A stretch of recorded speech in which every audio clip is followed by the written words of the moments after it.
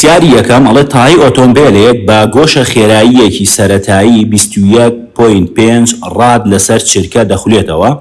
شۆفێرەکەی خێرای دەکا و دوای 6.5 چرکە گۆشە خێراییەکەی دەبێتە 28 ڕاد لەسەر چرکە.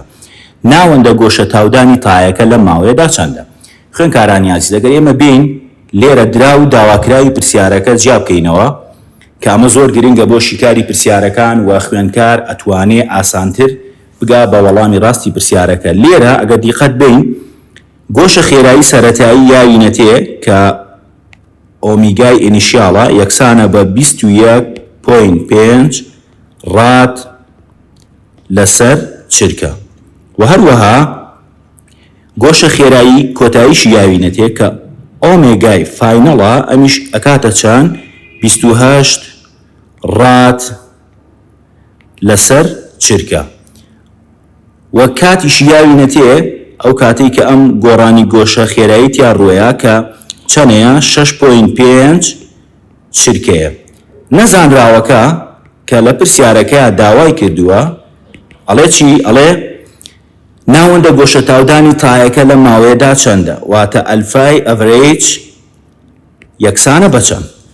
طبعاً لێرە ئێمە پێویستەکە کە یاسای ناوەندە گۆشە تاودان بەکاربێنین کە ئەڵێ ناوەندە گۆشە تاودان ئەکاتە گۆڕانی گۆشە خێرایی لەسەر کاتی خایاندراو و لەبەرەوەی لێرە دوو گۆشە خێرایی یاوینەتێ کەواتە ئەڵێن ئەکاتە ئۆمێگای کۆتایی ناقس ئۆمێگای سەرەتایی لەسەر کاتی خایاندراو.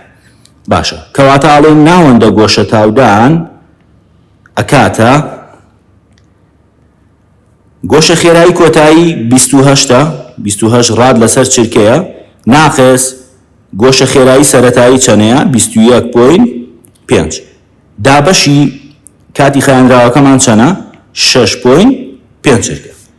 کەواتە ئەڵێن ناوەندە گۆشە تاودان ئەکاتە 6.5 دابەشی 6.5 یەکسانی شەبە 1 ڕاد لەسەر چرکە دووجا.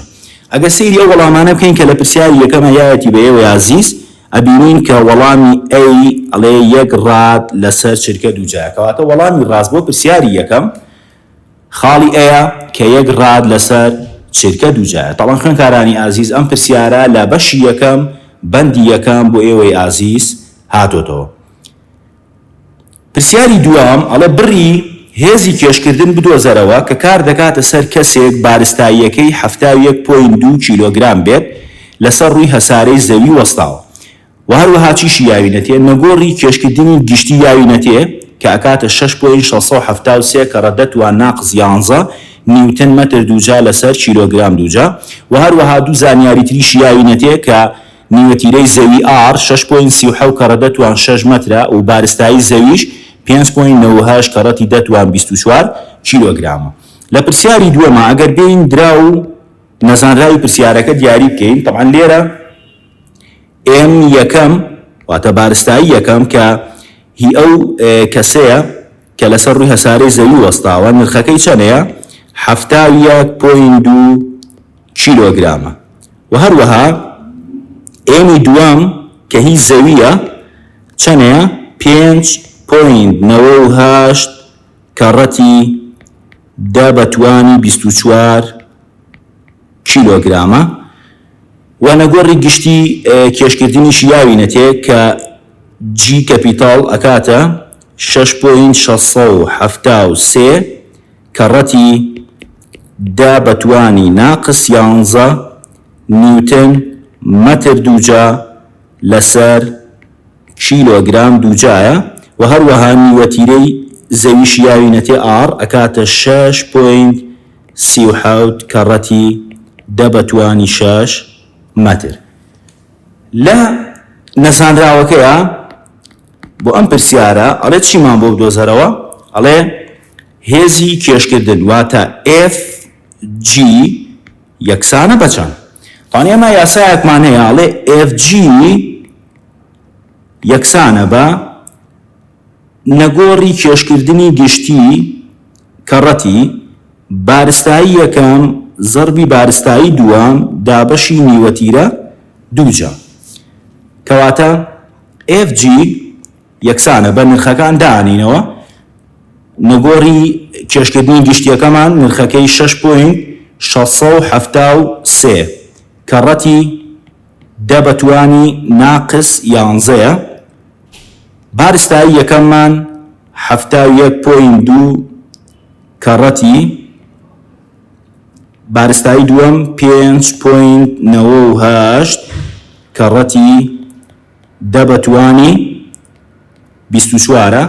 دابەشی ئاڕەکەمان چەنە 6.37 کەڕەتی دەبەتوانی 6 بەڵام لە یاساکەیە لەبەرەوەی ئاڕەکە دووجایە ئێمەش لە کاتی جێبەجێکردنا دووجایەکەین. کەواتە FG ئەکاتە 2841.2 کەڕەتی دەبەتوانی 13 دابەشی 40.577 کەڕەتی دەبەتوانی 12. ئەشکاتە 7 کەڕەتی دەبەتوانی موجب 1 نیوتن یەکسانیشە بە 700 نیوتن. کەواتە وەڵامی ڕاست بۆ هێزی کێشکردن بریتیە لە چەند 700 نیوتن کە ئەمە لە پرسیارەکەیە لە خاڵی دی وەڵامەکانە لێ 700 نیوتنە. کەواتە وەڵامی ڕاست بۆ پرسیاری دووەم خاڵی دیە یەکسانە بە 700 نیوتن. ئەم پرسیارەش لە بەشی یەکەم بەندی سێەم بۆ ئێوەی ئازیز هاتۆتەوە. پرسیاری سێەم ئەڵێ بڕی 35 پلە بە ڕادیەن ڕاد دەبێتە یەکێک لەمان. تاوان خوێنکارانی ئازیز لە بەشی یەکەم بەندی یەکەمە ئێمە یاسایەکمان هەیە لە هەر کاتێک گۆشەت هەبوو بە پلە بەم یاسایە ئەتوانی گۆشەکە بگۆڕی بۆ ڕاد. ئەڵێ سێتا بە ڕاد یەکسانە بە 2 پای لەسەر 360 کەڕەتی سێتا بە پلە. باشە تەڵان 2 پایەکە مەبەستمان لەوەی ئەڵێن کاتێک کە تەنێک یەک خولی تەواو بە دەوری تەوەرەیەکی بازنەی یاخود بازنەیەکە دەخولێتەوە ئەگەر بە ڕاد قسەکەی ئەڵێ 2 پای ڕادی بڕیوە ئەگەر بە گۆشە قسەکەی ئەڵێ 360 پلەی بڕیوە. ئێمە لێرە توانی یاساکە سادەتر بکەین ئەگەر هەردوو با بڵین سەرە و ژێری کەرتەکە دابەشی دوی بکەین بەسەر دووان بەس پایەمێنێتەوە ژێری کەرتەکە ژێ بە چەند ئەبێ بە 180. کەواتە سێتا بە ڕاد یەکسانە بە پای لەسەر 180 کەڕەتی سێتا بە پلە. ئەشکاتە 3.14 ئەمە نرخی پایەکەیە دابەشی 180 کەڕەتی 35. کەواتە سێتا بە ڕاد یەکسانە بە 0.61 ڕاد. ئەگەر سێری ئەو وەڵامانە بکەین کە لە پرسیارەکە یاوێتی ئەبینین لە خاڵی سی ئەڵێ یەکاتە 0.61 ڕاد. کەواتە وەڵامی ڕاست وە پرسیاری سێم خاڵی سیە. ویان ئەتوانین ڕێگەیەکی تریشمان هەیە کە ئەم ڕێگەیە خێراترە لەبەرەوەی تۆ لە وزاریە بە پێ و کاتە کە بۆ دانراوە پێویستەکە فریای هەر 50 پرسیارەکە بکەی کە وەڵامی بیتەوە. بۆیە هەندێک جار لە هەندێک پرسیارە ئەگەر ڕێگای خێراتر هەبوو ئەتوانی ئەوە بەکاربێنی بۆی زووتر وەڵامەکە دەستکەوێت. طبعاً ئێمە لەم یاسایەوە کەوتومانە یەک فڕێتەواو بە دەوری بازنەیەکە ئەگە بەڕاد قسەکەی 2 پایە و بە گۆشەش قسە بکەی 360 پلە. ئەگەر بین بەراوردی ئەو دوانە بکەین ئەبینین کە هەموو ڕادێک واتە یەک ڕاد بە نزیکەی ئەکاتە 57.32 پلە. کەواتە لێرە ئەمە سوودی چیەواتە هەر کاتێک تۆ گۆشەت هەبوو بە پلە ئەگەر ویستت بیگۆڕی بۆ ڕات ڕاستەوخۆ چۆنێکی ئەڵێ یەکسانە بە سێتاکەم گۆشەکەم کە بە پلەیەتی لە پرسیارەکە بگەم پرسیاری کە بۆ ئێوە هاتۆتەوە دابەشی 57.32 بۆ لەبەرەوەی ئەگەر یەک ڕاد یەکسان بێ بە 57.32 کەواتە ئەی با بڵین چۆنی دۆزینەوە بەو شێوەی دۆزینەوە چونکە ئەگەر ئەوەمان هەبێ ئەشتوانین بڵین کە ئەگەر سێتامان هەبوو بە ڕاد ئەگەر بە پرسیارێکی کە بە عەکسەوە بۆ هاتەوە وتی بیگۆڕە بە سێتا بە پلەواتە ئەم جارە ئەگەر ڕادیە وتی بۆم کە بە پلە ئەو کاتە ڕاستەوخۆ نرخی گۆشەکە بە ڕاد بە شێوەیەکی خێرا کە ڕەتی 57.32 ئەکەین ڕاستەوخۆ گۆشەکەمان لە ڕادەوە بۆ ئەکا بە پلە تەوان ئەم ڕێگەیان ڕێگەیەکی خێراترە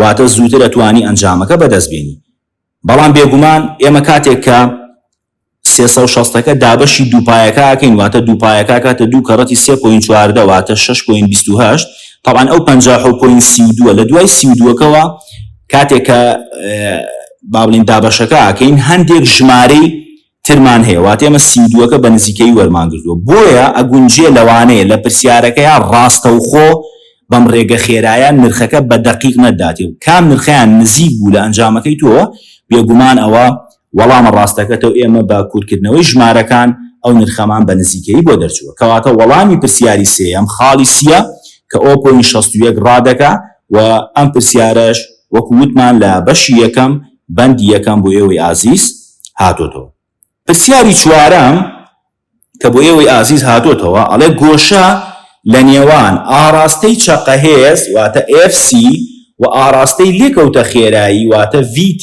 چەندە تاوان خوێنکاری ئازیز پێویستە ئێمە ئەوە ڕوون بێلامان بۆ پرسیاری چوارەم کە ئەگەر ئەمە بازنەکە بێ واتە بازنەیەکمان هەبێ بێگومان ئاراستەی لێکەوتە خێرایی هەمیشە بە ئاراستەی لێکەوتی بازنەکەیە واتە VT هەمیشە چییە بە ئاراستەی لێکەوتی بازنەکەی و ئاراستەی چەقەهێزیش هەمیشە بە ئاراستەی چەقی بازنەکەی باش ئەگەر دیقەتی ئەم وێنەیە بین ئەبینین ئەو گۆشەی کە لە نێوان FC و VT دروسە بێ گۆشەیەکی وەستاوە واتە بە نرخەکەی چەندەیە یەکسانە بە 90 پلە چکە هەردوو بڕێک ئەگەر گۆشەی وەستاو لە نێوانیانە دروست بوو مانای وایە نرخی گۆشەکە لە نێوان ئەو دوو بڕێیا چەنە یەکسانە بە 90 پلە کەواتە وەڵامی ڕاست بۆ ئەم پرسیارە خاڵی دیە کاڵی ئەکاتە 90 پلە بێگومان ئەم پرسیارەش لە بەشی یەکەم بەندی دوام بۆ ئێوەی ئازیز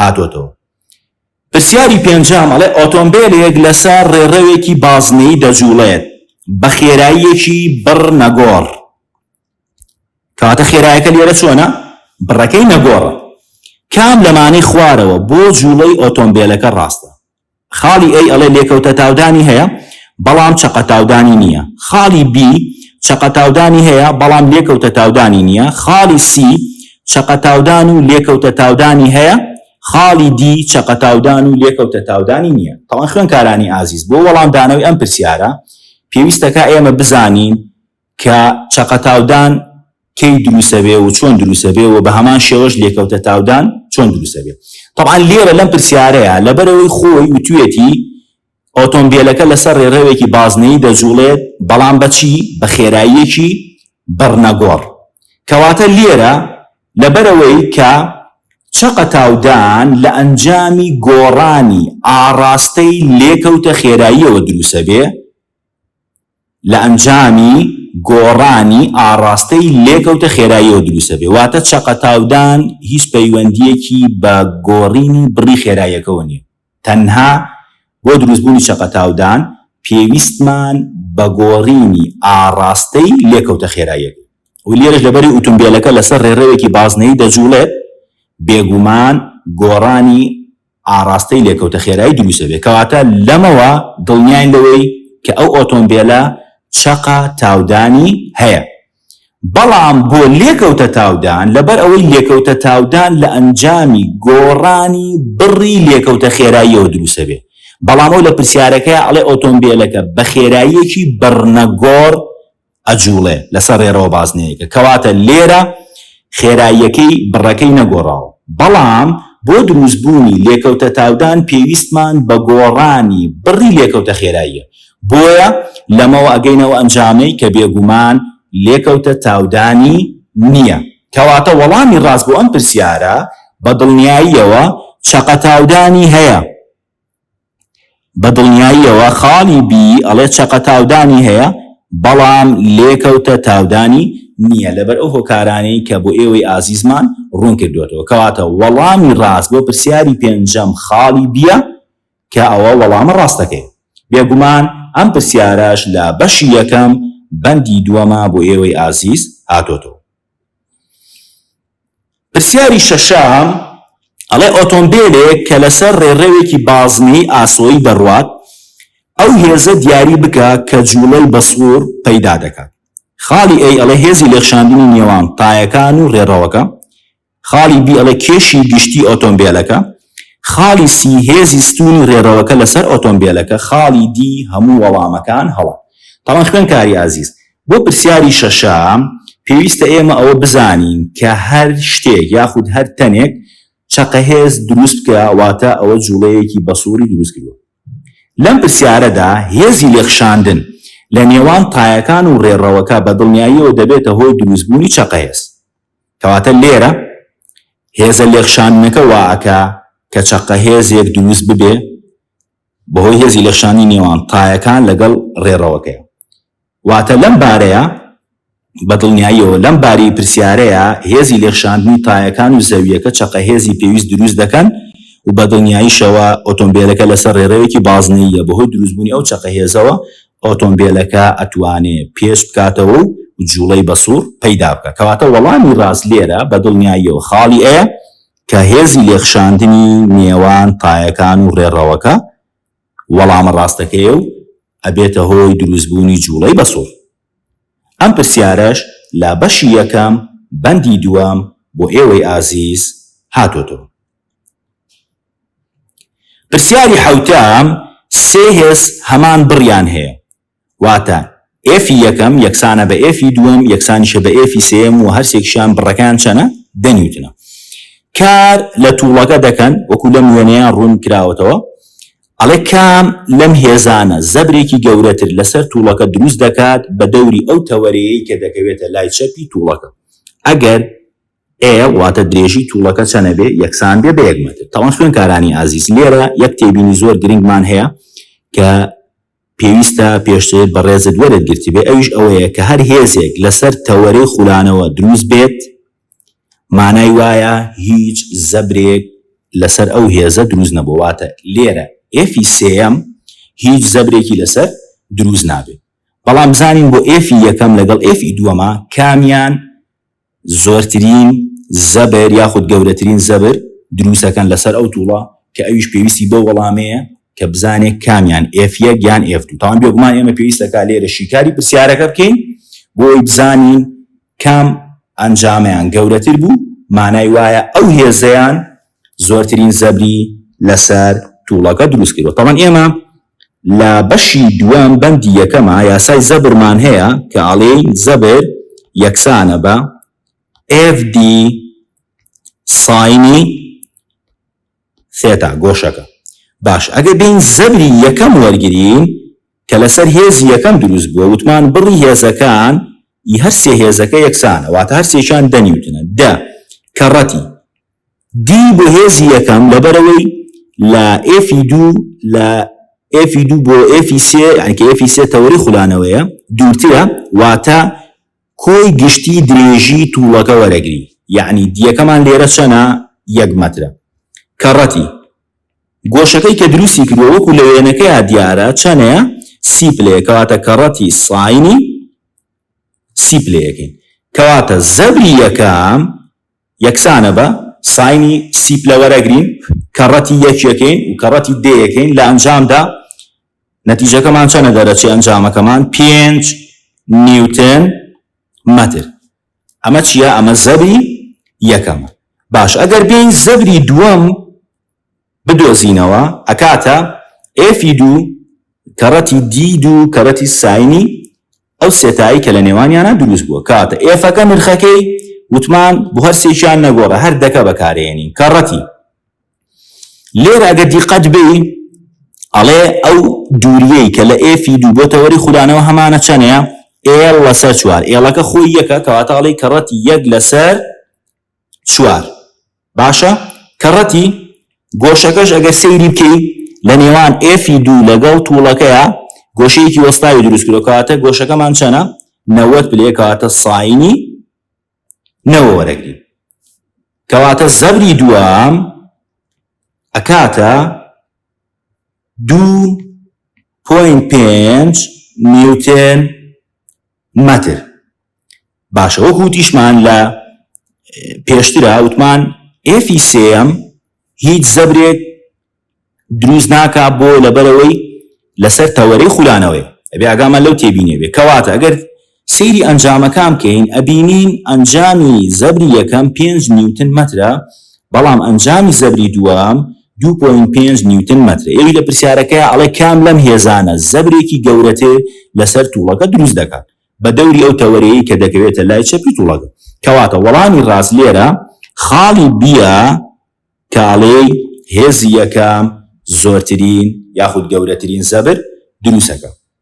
ئەم پرسیارە لە بەشی دووەم بەندی یەکەم بۆ ئێوەی ئازیز هاتۆتەوە. پرسیاری هەشتام ئەڵێ دوو گۆی پتە و تیرەکانیان و بارستایەکانیان جیاوازن هەمان زەبری بارنەگۆڕیان دەبێت ئەگەر تیرەی گۆی دووەم نیو ئەوەندەی تیرەی گۆی یەکەم بێت و بارستایی گۆی دووەم چەنەی بارستایی گۆی یەکەم ئەبێت. کاتە لێرە لەم پرسیارەیە داوای ڕێژەی بارستایی گۆی دووەم بۆ بارستایی گۆی یەکەممان لێکای بۆی دۆزینەوە بزانین ڕێژەکە چەنە ئایا لە خاڵی ئاڵێ نیوەی لە خاڵی بیاڵێ 2 ئەوەندەی لە خاڵی سیاڵە 4 ئەوەندەی و لە خاڵی دیاڵێ 3 ئەوەندەی زانین چەند ئەوەندەی بارستایی گۆی یەکەم. باشە لێرە لە پرسیارەکەی ئاڵێ دوو گۆی پتە و تیرەکان و بارستایەکانیان جیاوازن بەڵام هەمان زەبری بارنەگۆڕینیان هەیە کەواتە لێرە لە پرسیارەکە پێی وتوم ئەڵێ ئایەک ینی زەبری بارنەگۆڕینی یەکەم یەکسانە بە ئای 2 زەبری بارنەگۆڕینی دووەم و پێشی وتوم ئەڵێ گۆی پتە و کەواتە من ئەبێت چی بەکاربێنم یاسای زەبری بارنەگۆڕین بۆ گۆی پتە و ئەڵێ چی لە پرسیارەکەیە ئەڵێ D2 واتە تیرەی دووەم نیو ئەوەنەی تیرەی یەکەم بێ ئالەمەوە ئێگە نیوە تیرەی دووەم بدۆزمەوە بێگومان هەرەکاتە نیو ئەوەندەی نیوە تیرەی یەکەم. باشە داواکاری پرسیارەکە ئەڵێ بارستایی دووەم یەکسانە بە چەند ئەوەندەی بارستایی یەکەم کەواتە ئێمە بە بەکارهێنانی یاسای زەبری بارنەگۆڕین بۆ گۆی پتە و ئەڵێ چی یاساکە ئەڵێ 2/5 M1 R1 دووجا یەکسانە بە 2/5 M2 R2 دووجا. باشە لەبەرەوەی 2/5 و 2/5 لە هەردوو لای هاوکێشەکە هەمانە کەواتە لەگەڵ یەکترا چیەون ئەڕۆن ئەڵێ M1 R1 دووجا یەکسانە بە M2 لەسەر توێتی چی توێتی هەموو R2 یەک لەسەر 2 R1 کەواتە لە جیاتی هەموو R2 چی دانێم یەک لەسەر 2 R1 لەبەرەوەی لە یاساکە دووجایە کەواتە منی دووجایە M1 R1 دووجا یەکسانە بە M2 ئەو دووجایە تەوان کەوانەکە هەمووی دووجا ئەکەم ژمارەکە یەک لەسەر دووەکە بێ یەک لەسەر 4 و R1ەکەش بێ بە R1 دووجا. لێرە R1 دووجا و R1 دووجا لە هەردوو لای هاوکێشەکە هەیە ئەڕوات کەواتە ئەڵێ چی ئەڵێ M1 یەکسانە بە یەک لەسەر 4 M2 کەواتە M2 یەکسانە بە 4 M1 کەواتە لە پرسیارەکە شاڵێ چی ئەڵێ بارستایی گۆی دووەم بۆ شای بارستایی گۆی یەکەم بێت کەواتە وەڵامی ڕاست چییە خاڵی سیە کە ئەڵێ 4 ئەوەندەی بارستایی گۆی یەکەم بێت. تاوان ئەم پرسیارە لە بەشی دوو بەندی دوو بۆ ئێوەی ئازیز هاتۆتەوە. پرسیاری نوێیان ئەڵێ گۆیەکی پتە و لە وەستانەوە دەست بە خلۆربوونەوە دەکات لە بەرزی 3.5 مەتر لەسەر لێژیەک خێرایی بەهێڵی چەقی گۆیەکە چەندە کاتێک دەگاتە دامێنی ڕوە لێژەکە. تەمان خوێنکاری ئازیز لێرە زۆر گرنگە پێویستە ئاگال لەوە بێ کە توێتی چی ئەڵێ گۆیەکی پتە و چکە خۆمان نەزانی وەرمان گرتووە لە بەشی دوو بەندی سێە کە یاساکان بەپێی باڵێن شێوەی تەنەکان ئەگۆڕێ لێرە گۆی بتەوە کەواتە ئەبێ ئەو یاسایە بەکاربێنی کە بۆ گۆی بتەوە و هەروەها داوای چیشی لێکردن تەواان ئەڵێ لە بەرزی 3.5 مەتر لەسەر لێژیەک ئەمە ئێچ یاوێتی پێمان داوای خێرایی بەهێڵی چەقی گۆیەکە دەکات ئەڵێ چی ئەڵێ کاتێک کە دەگاتە دامێنی ڕوە لێژەکە کەواتە لێرە ئەوێ ڤی کۆتایی بۆ بدۆزینەوە کە ئەکاتە ڕەجی دووجای دە لەسەر حەوت کەڕەتی جی ئێچ باش ئەڵێن خێرایی کۆتایی ئەکاتە ڕەجی دووجای دە لەسەر حەوت کەڕەتی تاودانی زەوی بێگومان 9.81 کەڕەتی بەرزیەکەشمان چەنە لە پرسیارەکە یاوێتی ئەڵێ 3.5 کەواتە خێرایی کۆتایی کاتێک کە ئەو ژمارانەی ژێر ڕەگە دووجاکە کەڕەتەکەین و دواتر ڕێگی دووجیان بۆ وەرەگرین ئەبینین کە ئەو ژمارەی بۆمان دەرەچێ 7 مەتر بۆ چرکێ ئەگە بین سەیری ئەو وەڵامانەکەین کە لە پرسیاری نوێمە یاوەتی بە ئێوەی ئازیز لە خاڵی دیە ئەڵێ چەنەیە 7 مەتر بۆ چرکێ کەواتە خاڵی دی وەڵامە ڕاستەکەی ئەمە وەکو وتمان لە بەشی 2 بەندی 3 بۆ ئێوەی ئازیز هاتۆتۆ پرسیاری دەیەم ئەڵێ پیاوێک کێشەکەی 720 نیوتن لەسەر لەوحێکی سووگ وەستاوە درێژیەکەی 2 مەترە لە هەردوو سەرەکەیەوە لەسەر دوو ڕاگیر جێگیر کراوە ئەگەر دووری نێوان شوێنی پیاوەکە و ڕاگری یەکەم 0.5 مەتر بێت ئەو هێزە چەندە کە ڕاگری دووەم کاری پێ دەکاتە سەر لەوحەکە ئەگەر ئێمە بین بۆ ئەم پرسیارە وێنەیەکی ڕوونکردنەوەی بۆی زیاتر و ڕوونتر لە پرسیارەکە بگەین کێشین ئەبینین ئەمە ئەو دوو ڕاگرەیە کە لە پرسیارەکە باسی کردووە کە ئەڵێ لەوحەکەی لەسەر ڕاگیر کراوە و هەروەها چیشمانەیە لەوحێکمان هەیە کە درێژیەکەی چەندەیە 2 مەترە باشە تەمان ڕاگری یەکەم بێگومان هێزێک دروستەکە بەرەوسەرەوە و ڕاگری دووەمیش بێگومان هێزی دووەم پاشان ئەڵێ چی ئەڵێ پیاوێک کە کێشەکەی 720 نیوتنە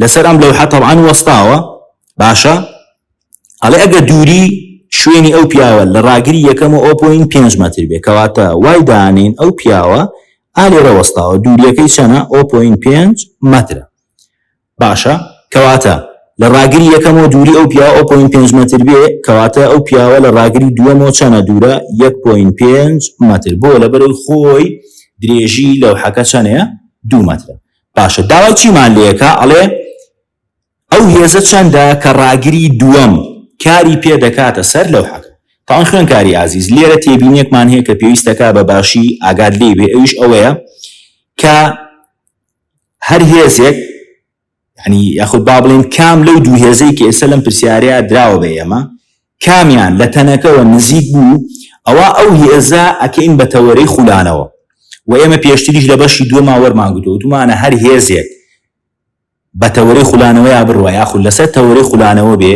مانای وایە ئەو هێزە هیچ زەبرێک دروست ناکە کەواتە لێرە ئەو هێزەی کە زەبر دروست ناکە کامیانە بێگومان هێزی یەکەم باشە ئێمە لێرە ئەگەر بێن یاساکە بەکاربێنین ئەڵێن کۆی زەبر بە ئاراستەی سەرەوە یەکسانە بە کۆی زەبر بە ئاراستەی خوارەوە باش ئەو زەبرانەی کە بە ئاراستەی سەرەوە هەمانە تەوان ئێمە ڕاستە وتومانە هێزی یەکەم هیچ زەبرێ دروست ناکە هۆکارەکەشی چێ لەبەرەوەی هێزی یەکەم تەوەرەی خولانەوەیە و هیچ درێژێکی نییە واتە دیەکەمان لە هێز یەکەمان چەنە سفرە و هەشتێکی زەربی سفریکەی بێگومان ئەکاتەوە سفر زائیدەن هێزی دووەم کەڕەتی 2 لەبەرەوەی هێزی دووەم لە ئەو سەری لەوحەکەیە و دوورترین خاڵە لە تەوەرەی خولانەوە کەواتە بەچی دایانین کەڕەتی 2 یەکەین یەکسانە بە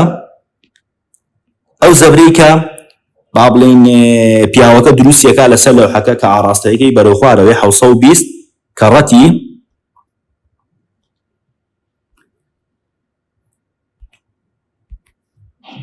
720 کەڕەتی 0.5 بۆ لەبەرەوەی پیاوەکە 0.5 مەتر لە تەوەرەی خولانەوە دوورە باشە ئەگەر بین طبعا اف یەکەم کەڕەتی سفر هەرەکاتەوە سفر ئەکاتە يعني ئەمە ئەکاتە چەند ئەکاتە سفر زاید دوو ئێفی دوو یەکسانە بە 720 ئەگەر کەڕەتی نیویکەی ئەکاتە چەند ئەکاتە 360 باشە کەواتە ئێمە ئەمانەوێ هێزی دووەم بدۆزینەوە ئەڵێ یەکسانە بە 360 دابەشی دوو ئەنجامەکەمان چەندە دەرەچێ 180 نیوتن کەواتە ئەگەر بێ سەیری وەڵامەکان کەی کە لە پرسیاری دەیاوێتی ئەبینین کە وەڵامی ئەی چەنە 180 نیوتنە کەواتە وەڵامە ڕاستەکەمان خاڵی ئەیە کاڵێ 180 نیوتنە بێگومان ئەم پرسیارەش لە بەشی دووەم بەندی یەکەم بۆ ئێوەی عەزیز هاتۆتەوە.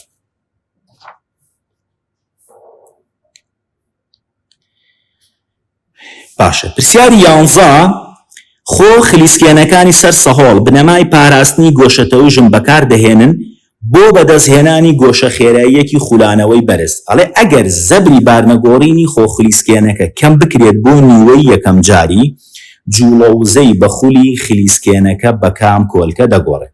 تەوان لێرە بۆ ئەم پرسیارە ئەگەر بین یاسای جوڵەوزەی بەخول بەکاربێنین ئەڵێ ئەکاتە 1/2 کەڕەتی زەبری بارنەگۆڕی کەڕەتی گۆشە خێرایی دووجە باشە ئەشتوانین بڵێین جوڵەوزەی بەخول ئەکاتە 1/2 زەبری بارنەگۆڕی گۆشە خێرایی کەڕەتی گۆشە خێرایی چکە گۆشە خێرایی دووجە لە گۆشە خێرایی کەڕەتی گۆشە خێراییەوە هاتوو باشە و ئەشتوانین ئەم یاسایە یعنی ئای ئۆمێگا وەرگرین کە ئەکاتە ئێڵ لێرە چیە بێگومان گۆشە تەوژمە باشە کەواتە لەمەوە ئەبینیم کە جوڵەوزەی بەخۆل ئەتوانین یاساکە ئاواش بنووسین بڵێن جوڵەوزەی بەخۆل ئەکاتە 1/2 ئێڵ ئۆمێگا باشە یعنی گۆشە خێرایی باشە لێرەوە ئەبینین کە جوڵەوزەی بەخۆل بەدڵنیاییەوە ڕاستەوانەیە لەگەڵ گۆشت. پرسیاری 12 ئەڵێ هێزێک بڕەکەی 12 نیوتن بە شێوەیەکی لێکەوت خرایە سەر پەپکەیەک نیوە تیرەکەی 0.2 مەترە گۆشە تاودانێک بۆ پەپکەکە دروست دەکات بڕەکەی 4 ڕاد لەسەر چرکە دووجا بێت زەبری بارنەگۆڕینی پەپکەکە چەندە کەواتە لێرە ئەگەر بین درا و نەزانراوی پرسیارەکە جیا بکەینەوە لێرە هێزی یاوینەتێ F 12 نیوتنە و هەروەها دیاوینەتێ 0.2 مەترە و هەروەها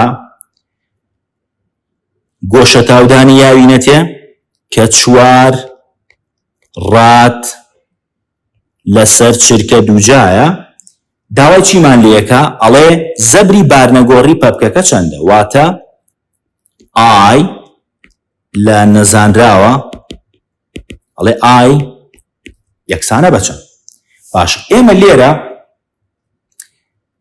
بۆ شیکاری ئەم پرسیارە یاسای دووەمی نیوتن لە جوڵەی بەخولە بەکارەهێنین کاڵێن زەبر ئەکاتە زەبری بارنەگۆڕی کەڕەتی گۆشە تاودان باشە زەبریش پێشتر لە بەشی دووەم بەندی یەکەم وەرمان گرتو وتمانە زەبرە کاتە چێکاتە هێز کەڕەتی لادان یەکسانە بە زەبری بارنەگۆڕی کەڕەتی گۆشە تاودان باش ئەو داوای چیمان لێکا لە پرسیارەکە ئەڵێ زەبری بارنەگۆڕی چەنە کەواتە ئای لەم یاسایەوە یەکسانە بە FD دابەشی ئەلفە باشە هێزەکەمان چەنە ئێفەکە 12 کەڕەتی دیەکەمان 0.2 دابەشی 4 کەواتە ئای یەکسانە بە 0.6 کیلۆگرام مەتر دووجا ئەگە سێریە وەڵامانە بکەین کە بۆ پرسیاری 12 یاوێتی ئەبینین لە خاڵی ئەیە ئەڵێ 0.6 کیلۆگرام مەتر دووجا کەواتە وەڵامی ڕاست بۆ پرسیاری 12 خاڵی ئەیە ئەم پرسیارە لە بەشی 2 بەندی 3 بۆ ئێوەی ئازیز هاتۆتەوە. پرسیاری 11 پشت بەم هێڵکاریە ڕوونکردنەوەی بەرامبەر ببەستە کام پیت هێمایە بۆ فراوانی شەپۆل. طبعاً ئێمە ئەگەر بزانین فراوانی شەپۆل چییە ئەتوانین ئاسانتر و زۆر ڕوونتر وەڵامی ڕاست هەڵبژێنین. طبعاً فراوانی گەورەترین لادانە لە شوێنی هاوسەنگبوونەوە. ئەگە سیری ئەم شەپۆلانە بکەی شوێنی هاوسەنگبوون تەوەرەی X گەورەترین لادان ئەگە سیری خاڵەکان بکەین کە یاوێتی لە پرسیارەکەیە ئەبینین خاڵی دی ئاماژەیە بۆ گەورەترین لادان لە شوێنی هاوسەنگبوونەوە کەواتە بەبێ هیچ دوودڵی و گومانێک یەکسەر چیەکەین خاڵی دی هەڵەبژێرین کە ئەڵێ دی وەڵامە ڕاستەکەی واتە دی پیتی دی هێمایە بۆ فراوانی شەپۆل. ئەگە سەیری پیتەکانی ترکەین کە لە پرسیارەکەیە یاوێتی طبعاً پیتی سی ئەمە ئاماژەیە بۆ درێژی شەپۆل. ئەگە سەیری بکەین پیتی سی ئاماژەیە بۆ درێژی شەپۆل و هەروەها پیتی بی ئاماژەیە بۆ سەری شەپۆل چکە بەرزترین یاخود زۆرترین خاڵە لە باوڵێن تەوەرە موجەبەکان و هەروەها ئەیش ئاماژەیە بۆ بنی شەپۆل چکە زۆرترین یاخود دوورترین خاڵە لە سەر تەوەرە سالبەکان. بۆیە وەڵامی ڕاست لێرە پیتی دی ئاماژەیە بۆ با بڵێین فراوانی شەپۆل. پرسیاری 14 ئەڵێ دوو دوولکەی سازدەر لێدران یەکەمیان دەنجێک دەردەکات بە لەرەلەری 285 هێرتز و درێژی شەپۆلی 1.2 مەتر کەواتە ئەگەر بین لێرە بۆ پرسیاری 14 با دراوەکان بنووسین کەواتە ئەڵێ یەکەمیان دەنجێک دەردەکات بە لەرەلەری 285 هێرتز واتە F1 ئەکاتە 285 هێرتز و درێژی شەپۆلەکەشی چەنە واتە لامدای یەکەم یەکسانە بە 1.2 مەتر و دووەمیان دەنجێک دەردەکات بە لەرەلەری 570 هێرتز واتە F2 ئەکاتە 570 هێرتز. ئەڵێ ئایا درێژی شەپۆلی دەنجی دوولکەی دووەم کە دەری دەکات چەندە کەواتە نەزانرا و داوای چی کردووە داوای لامدای دووەمی کردووە ئەڵێ یەکسانە بە چەند. باشە ئێمە لە یاسای خێرایی شەپۆلە ئێمە یاسایەکمان هەیە ئەڵێ V شەپۆل یەکسانە بە درێژی شەپۆل یعنی خێرایی شەپۆلەکاتە درێژی شەپۆل کەڕەتی لەرەلەر. باشە لێرە بۆ ئەوەی V بدۆزینەوە ئەتوانی بڵێ V1 ئەکاتە ئێمە لامدای یەکەممان هەیە کەواتە ئەتوانین بەکاری بێنین 1.2 کەڕەتی F یەکەمیشمان هەیە 285 هێرتزە بۆیە بۆی دوانە ئەتوانین چی بکەین خێرایی شەپۆلەکە بدۆزینەوە یەکسانە بە 342 مەتر بۆ هەر چرکەیە کەواتە خێرایی شەپۆلەکە چەنە 342 مەتر بۆ هەر چرکەیەکە. خوێنکاری ئازیز لێرە پێویستە ئاگاد لە یەک خاڵ بێ ئەویش ئەوەیە کە لە پرسیارەکە پێی وتووی ئەڵێ ئەگەر هەردوو دەنگ لە هەوادا بڵاو ببنەوە لەبەرەوەی ناوەند نەگۆڕاوە هەردوو دەنگەکە لە هەوایە بڵاو ببنەوە کەواتە ئەتوانم ئەو خێراییەی کە بۆ لەرەلەر و درێژی شەپۆلی یەکەم دۆزیومەتەوە یاخود دەتوانم بڵێم بۆ شەپۆلی یەکەم بەکارم هێناوە هەمان خێراییش بۆ شەپۆلی دووەم بەکارهێنم واتە لێرە ئەتوانم بڵێم ڤیەکان V1 یەکسانە بە V2. باشە ئەگەر بێم جارێکی تر ئەم یاسایە بەکار بێنمەوە بڵێم V2 لەبەرەوەی داوای لامدای دووەمی لێ کردوم بێگومان ئەکاتە چی ئەکاتە لامدای دوو کەڕەتی F2. باشە واتە درێژی شەپۆلی دووەم کەڕەتی لەرەلەری شەپۆلی دووەم. لێرە داوای لامدای دووەمی لێ کردوم کەواتە ئەکاتە چی ئەکاتە V2 لەسەر F2. باشە وتمان ڤیەکان V1 و V2 یەکسانە کەواتە ئەڵەم ئەکاتە 342 دابەشی F دووەمم چەنە 570 هێرتزە کەواتە 342 دابەشی 570 بکەین ئەبینین ئەنجامەکەمان چی دەرەچێ 0.6 مەتر کەواتە ئەگەر بینەوە سەر وەڵامی کە لە پرسیارەکە یاوێتی بە ئێوەی ئازیز لە خاڵی بیە ئەڵێ ئەکاتە 0.6 متر کەواتە وەڵامە ڕاستەکە چییە؟ خاڵی بیە. ئەم پرسیارەش لە بەشی سێیەم بەندی سێیەم بۆ ئێوەی ئازیز هاتۆتەوە. پرسیاری 15 ئەڵێ گۆی بەندۆلێک پڕ کراوە لە ئاو. ئەگەر گۆیەکە کونێکی تێ بکرێ و بە هێواشی ئاو لێوە دزە بکات بۆ دەرەوە تا خاڵی دەبێتەوە. کام لەمانە ڕاستە؟ A لەرەلەری پەندۆل زیاد دەبێت. B لەرەلەری پەندۆل ناگۆڕێت. C کاتەلەرەی پەندۆل ناگۆڕێت. D خاڵی B و C ڕاستن.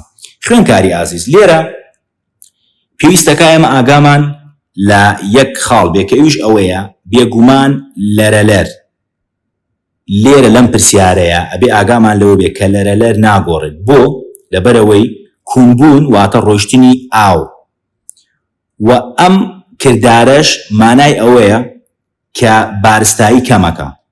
بەڵام ئەبێ ئەوە بزانین کە گۆڕانی بارستایی بە هیچ شێوەیە کار ناکاتە سەر نە لەرەلەری بەندۆلەکە و نە کاتەلەری بەندۆلەکە.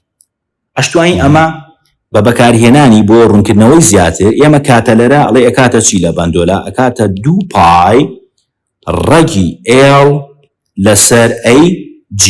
ئەگە سیری ئەم یاسایە بکە ئێمە یاسای کاتەلەرەیە بە دڵنیاییەوە ینی دیارە کە بە هیچ شێوەیەک لەبەرەوەی هیچ بڕێیەکی بارستایی لە یاساکەیان نییە کەواتە کاتەلەرە بەند نییە لەسەر بارستایی و ئێمە ئەوەش ئەزانین کە لەرەلەر هەمیشە ئەکاتە یەک لەسەر کاتەلەرە. ئێ لەبەرەوەی لە یاسای کاتەلەرەیە بارستاییمان نییە و کاتەلەرە بەند نییە لەسەر بارستایی ئێ بێگومان لەرەلەریش ئەگەر بکاتە یەک لەسەر کاتەلەرە دوجار ئەمیش دڵنیا ئەبینەوە لەوەی کە بە هیچ شێوەیەک بەند نییە لەسەر بارستایی و نەگۆڕە. بۆیە بە دڵنیاییەوە وەڵامی B کە ئەڵێ لەرەلەری پەندۆل ناگۆڕێ وەڵامی سیش کە ئەڵێ کاتەلەری پەندۆل ناگۆڕێ هەردووشیان ڕاستن واتە وەڵامە ڕاستەکە کە تۆ هەڵی ئەبژێری خاڵی دیە کە ئەڵێ B و C ڕاستن. ئەمە وەڵامی پرسیاری 15 کە ئەمە لە بەشی سێ بەندی یەک بۆ ئێوەی ئازیز هاتوۆتەوە و پرسیاری پێداچوونەوەی بەشەکەشە پرسیاری 8ەم. پرسیاری 16 ئەڵێ دوو شەپۆل بە یەکدا دەچن کە هەمان درێژی شەپۆل و هەمان فراوانیان هەیە کەواتە ئەو دوو شەپۆلی کە بە یەکدا چوون لە ڕووی فراوانی درێژی شەپۆلەوە واتە F و لامدا هەردووکیان یەکسانە. ئەگەر فراوانی شەپۆلی بەرەنجام 38 سانتیمەتر بێت فراوانی شەپۆلی هەر یەکێکیان چەندە ئەگەر بە یەکداچوونەکە دروستکەر بێ کەواتە لێرە لەم پرسیارە جۆری بە یەکداچوونەکە چییە؟ بێگومان دروستکەرە. بە دڵنیایی خوێنکاری عزیز ئێمە بێوە بزانین کە لە بە یەکداچوونی دروستکەردا شەپۆلی بەرەنجام یاخود با بڵین فراوانی شەپۆلی بەرەنجام لە هەردوو فراوانی شەپۆلە سەر یەکچووەکە بەجیا زیاترە و لێرە لەبەر ئەوەی ئەڵێ ئەو دوو شەپۆلی کە بە یەکداچوون هەمان درێژی شەپۆل و هەمان فراوانیان هەیە کەواتە بە دڵنیاییەوە لێرە هیچ گومانێکمان لەوە نییە کە شەپۆلی بەرەنجام ئەکاتە کۆی دوو شەپۆلە سەر یەکچووەکە و ئەم دوو شەپۆلە سەر یەکچووەش لەبەر ئەوەی لە ڕووی لامدا و ئێفەوە یەکسانن کەواتە فراوانیەکانیان یعنی هەمان نرخیان هەیە. باشە یعنی لێرە ئەتوانی ئەگەر فراوانی شەپۆلی یەکەم بدۆزیتەوە ڕاستە و خۆ ئەکاتە فراوانی شەپۆلی دووەمیش. باشە یعنی هەمان نرخەکە.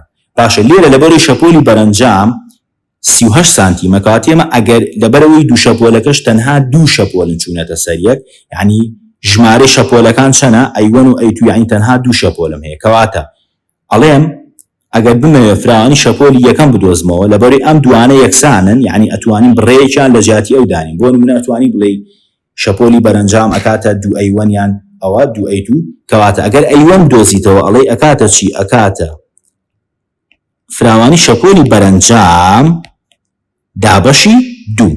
باشە لێرە فراوانی شەپۆلی بەرەنجام چەنە؟ 38 سانتیمە دابەشی دووی کە کەواتە ئەیوەن ئەکاتە 19 سانتیمەتر یەکسانیشە بەچی؟ یەکسانیشە بە ئەیتو. ئەگەر بیسی پرسیارەکەت کەی ئەڵێ فراوانی شەپۆلی هەر یەکێکیان چەندە ئەگەر بە یەکداچوونەکە دروستکەر بێ کەواتە وتمان مادام بە یەکداچوونەکە دروستکەرە فراوانی شەپۆلی بەرەنجام بە دڵنیاییەوە لە فراوانی هەر یەکە لە دوو شەپۆلە سەر یەکچووەکە بەجیا زیاترە و لێرە لەبەرەوەی درێژی شەپۆل و فراوانیان هەمان نرخە کەواتە بە دڵنیاییەوە ئەو 38 دابەشی دووەکەین فراوانی هەر یەکە لە دوو شەپۆلەکە بەجیا چەنەکە 19 سانتیمەتر کەواتە بۆ ئەم پرسیارە خاڵی بی وەڵامی ڕاستە کە ئاڵێن 19 سانتیمەتر. تاوان پرسیاری 16 لە بەشی سێم بەندی چوارەم بۆ ئێوەی ئازیز هاتۆتەوە. پرسیاری 17 ئەڵێ کام لەمانە ئەکاتە ئۆمێگا سی. تاوان ئێمە خوێنکاری ئازیز یاسایەکمان هەیە کە یاسای بربەستە بارگەگیری بارگەگرە کاڵێ XC ئەکاتە 1/2 پای FC.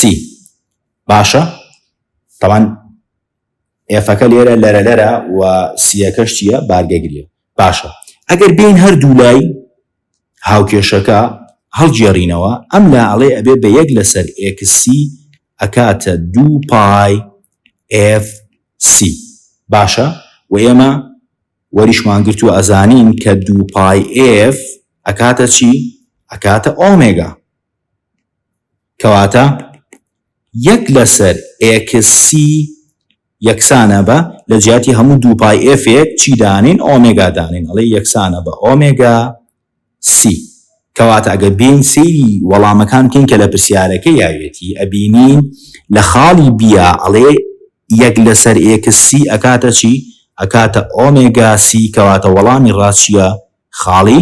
پرسیاری 19 ئەڵێ کام لەمانەی خوارەوە ڕاستە بۆ شەپۆلە بیستراوەکان و شەپۆلەکانی خوار بیستن و شەپۆلەکانی سەرو بیستن لە هەمان ناوەندا.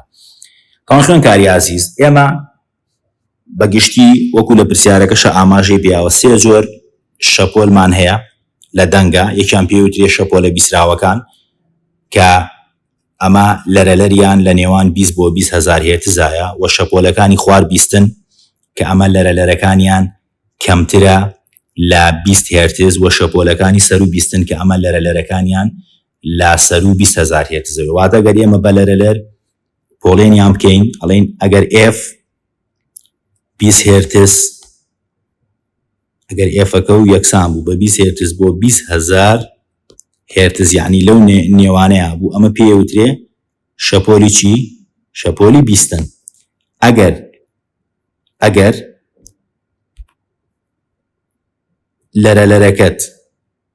لەرەلەرەکەت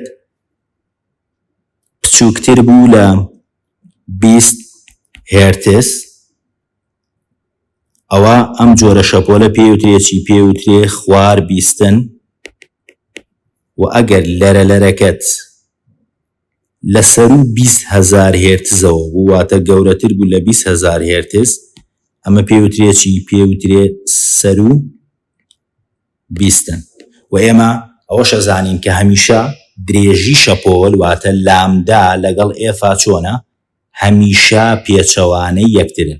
واتە گەر بین لەسەر ئەمە شی بکەینەوە با بڵین شەپۆلە بیستەنیەکان لەبەرەوەی لەرەلەریان لە 20 هێرتز بۆ 20,000 هێرتزە بە چاو شەپۆلە خوار بیستەنیەکانەوە کە لەرەلەریان با بڵین کەمترە لە 20 هێرتز کەواتە درێژی شەپۆلی خوار بیستنی زیاترە لە شەپۆلە بیستنیەکان. و هەروەها لەبەر ئەوەی لەرەلەری شەپۆلی سەرو بیستنی کە وتمان گەورەترە لە 20,000 هێرتز ینی لەرەلەرەکەی لە هەردوو جۆرەکەی تر زیاترە کەواتە شەپۆلە سەرو بیستنیەکان کەمترین درێژی شەپۆلیان هەیە. واتە ئەمە ئەمانگەێنێ بۆ ئەنجامەی کە هەتاوەکو لەرەلەرێ زۆر بێ مانای وایە درێژی شەپۆلێ کەمە چونکە ئەو دوانە هەمیشە پێچەوانەی یەکترین.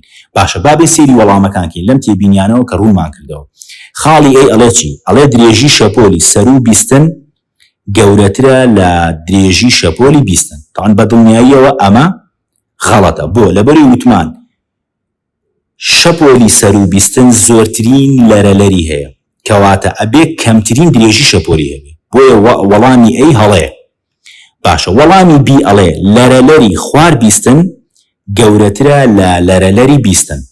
طبعا لەرەلەری خوار بیستن ئەڵێ کەمترە لە 20 هێرتز یعنی کەمترین لەرەلەری هەیە بە چاو دوو جۆرەکەی ترە کەواتە وەڵامی بیش بە دڵنیاییەوە هەڵەیە چونکە لەرەلەری خوار بیستن بچووکترە لە لەرەلەری بیستن. خاڵی سی ئەڵێ درێژی شەپۆلی بیستن یەکسانە بە درێژی شەپۆلی سەر و بیستن. بێگومان ئەمەش وەڵامێکی هەڵەیە لەبەرەوەی لە هیچ کام لەو سێ جۆرەیە درێژی شەپۆلی هیچ جۆرێکیان یەکسان نییە بە جۆرێکی تر، کەواتە وەڵامی سیش هەڵەیە. وەڵامی دی ئەڵێ چی؟ ئەڵێ لەرەلەری بیستن گەورەترە لە لەرەلەری خوار بیستن، کەواتە لەبەرەوەی لەرەلەری بیستن لە نێوان 20 هێرتز بۆ 20,000 هێرتزایە و لەرەلەری خوار بیستن لەبەرەوەی بچووکترە لە 20 هێرتز، کەواتە بە دڵنیاییەوە وەڵامی دی وەڵامێکی زۆر تەواو و ڕاستە و وەڵامە ڕاستەکە خاڵی دیە. کەواتە ئەم پرسیارە پرسیاری 19 لە بەشی چوارەم بەندی یەکەم بۆ ئێوەی عازیز هاتۆتەوە. پرسیاری 20 ئەڵێ ئۆتۆمبیلێکی پێشبڕکێ بە گوێرەی گوێگرێک دەجوڵێت، گوێگرەکە دەنگی بزوێنەرەکە بە لەرەلەرێکی کەمتر لە 120 دەبیستێت لەو لەرەلەرەی کە ئۆتۆمبیلەکە لە باری وەستان دەری دەکات. کام لەمانە ڕاستە؟ خاڵی ئەڵێ گوێگر و ئۆتۆمبیل وەستاون بە گوێرەی یەکتری، خاڵی بی ئەڵێ گوێگر لە ئۆتۆمبیلەکە نزیک دەبێتەوە، خاڵی سی ئەڵێ ئۆتۆمبیل لە گوێگر نزیک دەبێتەوە، خاڵی دی ئەڵێ ئۆتۆمبیل لە گوێگر دوور دەکەوێتەوە. تەڵان خوێنکاری عازیز لێرە ئەبێ ئاگامان لەوە بێ لەبەرەوەی لە پرسیارەکە وتوێتی بە لەرەلەرێکی کەمتر لە 120 گوێگرەکە بە لەرەلەرێکی کەمتر لە 120 دەبیستێت لەو لەرەلەرەی کە ئۆتۆمبیلەکە لە باری وەستاندا دەری دەکات. مانای وایە مادام لەرەلەر کەمی کردووە کەواتە ئۆتۆمبیلەکە لە گوێگرەکە دوورکەوتوتەوە. لەبەر ئەوەی لەرەلەرەکە کەمی کردووە ئەمە مانای وایە کە ئۆتۆمبیلەکە لە گوێگرەکە دوورکەوتوتەوە. کەواتە ئەو وەڵامانی کە لە پرسیاری بیزیاویەتی بە دڵنیاییەوە خاڵی دی وەڵامە ڕاستەکەیە کاڵێ ئۆتۆمبیل لە گوێگر دوور دەکەوێتەوە. هۆکاری ئەمەش باسمان کرد وتمان لەبەر ئەوەی گوێگرەکە بە لەرەلەرێک گوێی لە دەنگی بزوێنەری ئۆتۆمبیلەکە بێت کە لە 120 کەمترە لە لەرەلەری مەکینەی ئۆتۆمبیلەکە لە باری وەستاندا. کەواتە مادام ئەوە ڕوویاوە وەکوتمان لەرەلەر کەمی کردووە ئەمە مانای وایە کە ئۆتۆمبیلەکە لە گوێگرەکە دوورکەوتوتەوە. طبعاً ئەم پرسیارە ئەتوانین بڵین هاوشێوەی یاخود هەمان پرسیاری شەشەمی پێداچوونەوەی بەشی چوارەمە و خۆشی لەو بابەتانی بەشی چوار بەندی یەک بۆ ئێوەی عازیز هاتۆتەوە. پرسیاری 21 کام لەم وێنانەی بەرامبەر ئەوە دیاری دەکات کە خێرایی فڕۆکە دەگاتە خێرایی دەنگ. خوێنکاری عازیز بۆ وەڵامی ئەم پرسیارە ئەگە سەیری هەر سێ وێنەکە بکەین، ڕوونکردنەوە لەسەر هەر سێ وێنەکە بین، لێرە کاتێک کە فڕۆکەکە بە خێراییەک دەفڕێت کە کەمتر بێت لە خێرایی دەنگ، بێگومان چەند شێواندنێک لە پەستانی هەوا پەیدا دەکات. ئەم شێواندنانە لە بەردەم فڕۆکەکەدا بە خێرایی بڵاو دەبنەوە، فڕۆکەکە بە خێراییەکی کەمتر لە خێرایی دەنگ دوای ئەم شێواندنانە دەکەوێت. ئەگە سەیری وێنەکە بکەین بەڕوونی دیارە کە شەپۆلەکان لە بەردەم فڕۆکەکەیە بۆ خێراییە بڵاو بوونەوە. بۆ وێنەی دووەم کاتێک کە فڕۆکەکە خێراییەکەی دەگاتە خێرایی دەنگ، ئەم شێواندنانە لە پێشەوەی فڕۆکەکە کەڵەکە دەبن، وەکو لێرە لە وێنەکە ئاماژەی پێیاوە کەڵەکەبوونێکی شێواندنەکان لێرە دروست بووە و هەروەها ئەمەش دەبێتە هۆی چی؟ دەبێتە هۆی دروستبوونی بەرە شەپۆلی ڕاتەکاندن. کەواتە ئەتوانین بڵین کە هەر کاتێک ئەم هێڵە لە بەردەم شەپۆلەکە دروست بوو مانای وایە بەرە شەپۆلی ڕاتەکاندن دروست بووە. بۆیە لەم کاتەیە مانای وایە کە لە وێنەی دووەمە خێرایی دەنگەکە یەکسان بۆ بە خێرایی فڕۆکەکە. بەڵام بۆ وێنەی سێیەم کاتێک کە خێرایی فڕۆکەکە زیاتر بێ لە خێرایی دەنگ، شەپۆلە کەڵەکەبووەکان بڵاو دەبنەوە و ئەم بڵاوبوونەوەیەش ئەم کردداری بڵاوبوونەوەیە پێی دەگوترێت بەزاندنی دیواری دەنگ و بە شەپۆلە بڵاوبووەکانیش لە خاڵی سێیەمە یاخود لە وێنەی سێیەمە ئەوترێت شەپۆلی ڕاتەکاندن. کەواتە وێنەی دووەم بە دڵنیاییەوە وەڵامە ڕاستەکەتە، چونکە وێنەی یەکەم وەکو باسمان کرد لە وێنەی یەکەمە خێرایی دەنگ گەورەترە لە خێرایی فڕۆکە. لە وێنەی سێمیشە هەر کاتێک ئەم شێوە قوچەکی دروست بوو مانای وایە کە خێرایی دەنگ بچووکترە لە خێرایی فڕۆکە. کەواتە لێرە وەڵامە ڕاستەکە بە دڵنیاییەوە وتمان لەبەرەوەی کە شەپۆلەکان لە وێنەی دووەمە کاتێک کە وتمان فڕۆکەکە بە خێراییەک کە دەگاتە خێرایی دەنگ ئەجوڵێت ئەم شێواندنانە لە پێشەوەی فڕۆکەکە کەڵەکە دەبن و دەبێتە هۆی دروستبوونی بەرەشەپۆلی ڕاتەکاندن. کەواتە مادام لە وێنەی دووەمە بەرەشەپۆلی ڕاتەکاندن دروست بووە و لە وێنەکەشە ئاماژەی پێیاوە بە دڵنیاییەوە وێنەی دووەم وەڵامە ڕاستەکەیە کە ئەڵێت کام لەم وێنانەی بەرامبەر ئەوە دیاری دەکات کە خێرایی فڕۆکە دەگاتە خێرایی دەنگ. کەواتە وەڵامی ڕاست لێرە خاڵی بیە. تاوان ئەم پرسیارە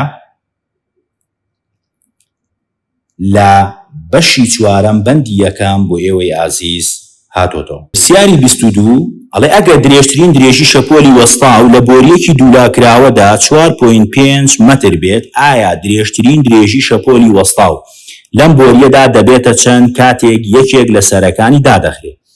خوێنکاری ئازیز، ئێمە بین لێرە یاسای لەرەلەری شەپۆل وەرگرین بۆ بۆری دوولاکراوە کاڵە F ئەکاتە N V لەسەر 2L. ئەمەوتمان بۆ چییە؟ بۆ دوولا کراوەیە. و هەروەها ئەگەر یاسای لەرەلەری شەپۆل وەرگرین بۆ بۆری یەکلاکراوە کاڵێ N لەسەر V لەسەر 4L. ئەمەش چییە؟ ئەمەش یەکلا کراوە. ئەگەر سەرنجی ئەو دوو یاسایە بین لەبەرەوەی لە یاسای بۆری یەکلاکراوەدا لەرەلەرەکە بە دوو ئەوەندە کەم دەکات. باشە، بۆ بە دوو ئەوەندە کەمەکە؟ لەبەرەوەی ئەگە سەیری ژێری کەرتەکە بکەین لە یاساکانە، لە یاسای یەکەمە ئەڵێ NV دابەشی 2L، بەڵام لەوەی دووەمە ئەڵێ NV دابەشی 4L. کەواتە مادام ئەگەر ئەنجام وەرگرین، مادام ئەنجامی یاسای دووەم کەمتر دەرەچێت لە یاسای یەکەم، بۆ لەبەرەوەی لە یاسای یەکەمە 2L هەیە لە یاسای دووەمە 4L هەیە، کەواتە لەرەلەرەکەم بە دوو ئەوەندە کەمەکە. و ئێمە ئەشزانین کە هەمیشە لەرەلەر لەگەڵ درێژی شەپۆلە پێچەوانەی یەکن، کەواتە ئەگەر لەرەلەر بە دوو هێندە کەمکە ئەبێ درێژی شەپۆلەکە چی لێبێ؟ بە دوو هێندە زیادەکە. کەواتە مادام درێژی شەپۆلەکە خۆی 4.5 مەترە، ئەگەر ببێ بە دوو ئەوەندە واتە 4.5 کەڕەتی 2 یعنی ئەکاتە 9 مەتر. کەواتە وەڵامە ڕاستەکە لێرە خاڵی ئەیە، کاڵێ ئەکاتە 9 مەتر. و ئەشتوانین ئەمە بە شێوازێکی تر شیکار بکەین کە ئێمە ئەگەر یاسای درێژی شەپۆل وەرگرین بۆ دوولاکراوە لە ئەکاتە چی؟ یەکسانە بە 2L لەسەر N. باشە، ئەگەر لێرە ئێمە L بدۆزینەوە ئەڵێن ئەکاتە چی؟ ئەکاتە درێژی شەپۆل کەڕەتی N دابەشی 2. کەواتە ئێڵەکەمان ئەکاتە درێژی شەپۆلەکە یاوینە تێچکاڵێ چی؟ ئەڵێ درێژترین درێژی شەپۆلی وەستاو لە بۆریەکی دوولاکراوەدا، کەواتە لامداکەمان چەنە؟ 4.5 مەترە. کەڕەتی ئێنەکەمان چەنە؟ ئێنەکەمان یەکە دابەشی 2، کەواتە ئێڵەکەمان چەند دەرەچێ؟ 2.25 مەتر. ئەگەر ئەمە بین نرخی ئەو ئێڵە لە درێژی شەپۆلی یەکلاکراوە داینێ، ئەڵێن ئەکاتە یاساکەی چییە؟ ئەکاتە 4L لەسەر N. باشە، ئێڵەکەمان دۆزیەوە 2.25 کرد، کەڕەتی 4 یەکەین، دابەشی ئێنەکەمان چەنە؟ 1. ئەنجامەکەمان چەند دەرەچێ؟ 9 مەتر. کەواتە ئەگەر سەرنج بدەی بە هەردوو ڕێگاکە ئەوەی سەروان هەر چەنە دەرچوتمان لەبەرەوەی Fەکە بە دوو ئەوەندە کەمی کردووە، کەواتە F و لامداش هەمیشە پێچەوانەی یەکن، کەواتە بێ لامداکە بە دوو ئەوەندە زیادکە، کەواتە 4.5 کەڕەتی 2 ئەکاتە 9. و لە ڕێگەی دووەمیشە ئەگەر یاساکانی درێژی شەپۆل بەکاربێنین بۆ بۆری دوولاکراوە و و پاشانیش بۆ یەک لاکراوە ئەگەر لە دوو لاکراوەکە ئێڵەکە بدۆزینەوە کە 2.25 کروە لێرە بین لە جێی ئێڵی درێژی شەپۆلی یەک لاکراوە داینین ئەبینین ئەنجامەکانمان هەمان ئەنجامە و وەڵامەکەی یەکسانە بە 9 مەتر کەواتە خاڵی ئەی 9 مەترە ئەمە وەڵامە ڕاستەکەی بۆ پرسیاری 22 کام پرسیارەش لە بەشی چوارەم بەندی سێەم بۆ ئێوەی ئازیز هاتۆتەوە. پرسیاری 23 ڕاهێنەرێکی تیمێکی وەرزشی باشە.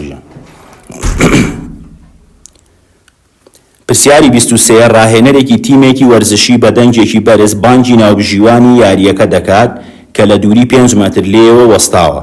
ئەگەر توانای دەنگی ڕاهێنەرەکە پای کەڕەتی دەتوان ناقص 3 وات بێت ئاستی توندی دەنگەکەی کە دەگاتە ناوبژیوانەکە چەندە؟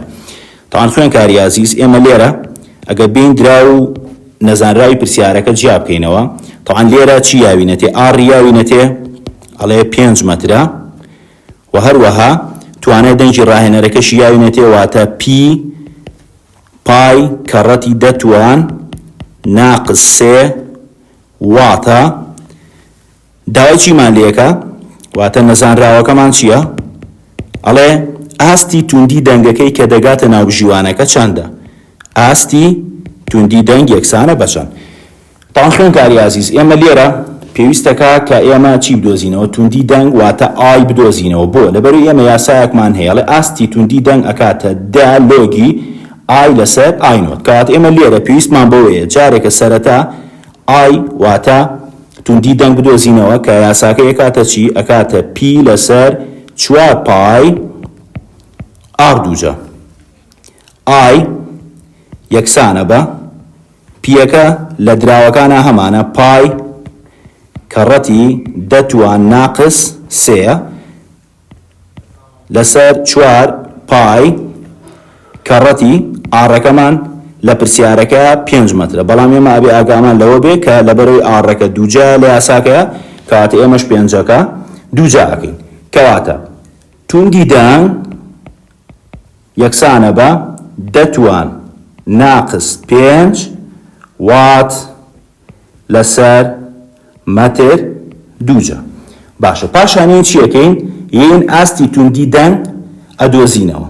ئەڵێن ئاستی توندی دەنگ یەکسانە بە دە لۆگی ئای لەسەر ئای نۆت. لێرە خوێنکاری عزیزە بێ سەرنج بدەیت کە ئەو ئای نۆتە چییە؟ لێرە نەگۆڕە بێگومان و پێشێوترێ لێواری بیستین کە نرخەکەی چەندەیە؟ دەتوان ناقص 12. کەواتە ئەڵێن ئاستی توندی دەنگ یەکسانە بە دە لۆگی ئایەکەمان دۆزیوەتەوە دە بەتوانی ناقص 5 و ئاینۆتەکە ژوتمان نەگۆڕە کە لێواری بیستنە دەتوان ناقص 12. کەواتە ئاستی توندی دەنگەکەمان چەنە دەرەچێ؟ ئەکاتە 7 دێسیبڵ. 7 دێسیبڵ دەرەچێ کە ئەمە ئەگە سەیری وەڵامەکان بکەین کە لە پرسیارەکە یاوێتی بە ئێوەی بەڕێز ئەبینین لە خاڵی دی ئەڵە چەنەکە ئەکاتە 7 دێسیبڵ. تاوان ئەم پرسیارە پرسیاری پێداچوونەوەی بەشی چوارەمە پرسیاری 20م.